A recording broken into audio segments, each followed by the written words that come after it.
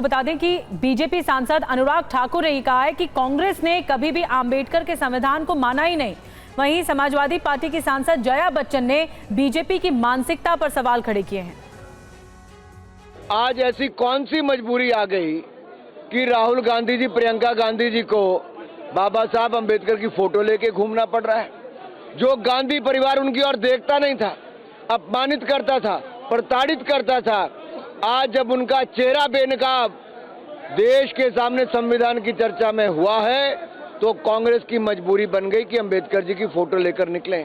लेकिन सच्चाई ये है कि बाबा साहब अंबेडकर के दिए संविधान को कभी भी नेहरू गांधी परिवार और कांग्रेस पार्टी ने माना ही नहीं। आपने उनका प्लैक देखा? पहले गांधी जी यहाँ थे, पीछे कर दिया, बाबा साहब यहाँ थे, उनको पीछे कर दिया। तो ये तो बताता है कि इनकी मानसिकता कैसी है। जो देश के लीडर्स रहे हैं, जिन्होंने इस देश को आजादी दी, कॉन्स्टिट्यूशन दिया, उनको आपने पीछे कर दिया। लेकिन साफ तौर पर कह रहे हैं कि हमने भारत रत्न बाबा साहब की जो... अरे वो कुछ भी कहे, कर कुछ रहे हैं, बोल कुछ रहे हैं, कर कुछ रहे हैं, बोल कुछ रहे हैं, कर कुछ रहे हैं। अगर आपने गांधी जी और अम्बेडकर जी के स्टैच्यू को यहाँ सामने से लेकर पीछे कर दिया तो ये आपकी मानसिकता है। और आपने उनका फ्लैग देखा? जाके फोटो लीजिए, उनके फ्लैग में लिखा हुआ है पिछड़े वर्गों के संरक्षक। ऐसा लिखना चाहिए। देश के संरक्षक है, संविधान के संरक्षक हैं, पिछड़े वर्गों को क्यों?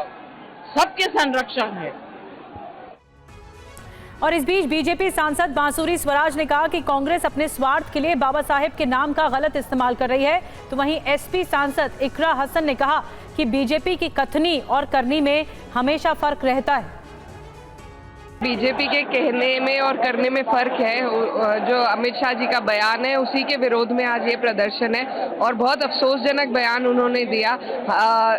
हमारे बाबा साहब ने सिर्फ पिछड़ों और दलितों के लिए नहीं बल्कि सभी के लिए अधिकारों की बात उन्होंने संविधान में की है और इस तरीके से अगर अपमानित किया जाएगा तो हिंदुस्तान बर्दाश्त नहीं करेगा। कांग्रेस पार्टी ने इस देश में लोकतंत्र का गला घोटकर हत्या करी, आपातकाल लगाकर, और अब ये संविधान को लहराकर संविधान के बड़े रक्षक बनने की उसका एक पाखंड रच रहे हैं।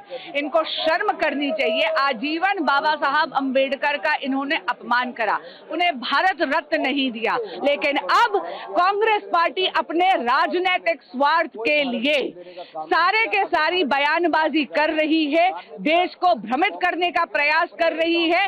बाबा साहब अंबेडकर के नाम का दुरुपयोग अपने राजनीतिक स्वार्थ के लिए कर रही है। उन्हें देश से क्षमा मांगनी चाहिए।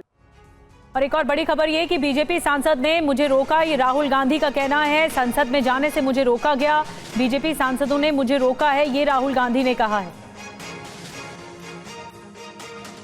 सांसद आरोप लगा रहे हैं। नहीं, देखिए, मैं पता नहीं, आपके शांत हो जाए, आपके कैमरा में होगा।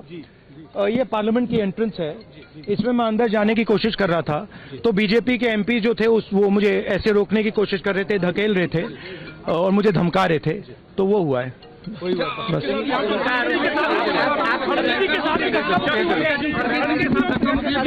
देखिए, हाँ किया है, मगर ठीक है, कोई मतलब धक्का मुक्की से हमें कुछ होता नहीं है, मगर ये एंट्रेंस है पार्लियामेंट हाउस की और हमारा अधिकार है अंदर जाने का, और बीजेपी के जो मेंबर्स हैं वो हमें अंदर जाने से रोक रहे थे। सेंट्रल इशू है जो आप लोग मांग कर रहे हैं अमित शाह के रेजिग्नेशन को लेकर? नहीं, सेंट्रल इशू है कि ये कॉन्स्टिट्यूशन पर आक्रमण कर रहे हैं और जो अंबेडकर जी की मेमोरी है उसका अपमान कर रहे हैं। लगातार प्रतिक्रियाएं सामने आ रही है इस घटना के बाद। धक्का मुक्की पर बीजेपी सांसद कंगना रनौत ने क्या कुछ कहा है, आपको सुनवाते हैं।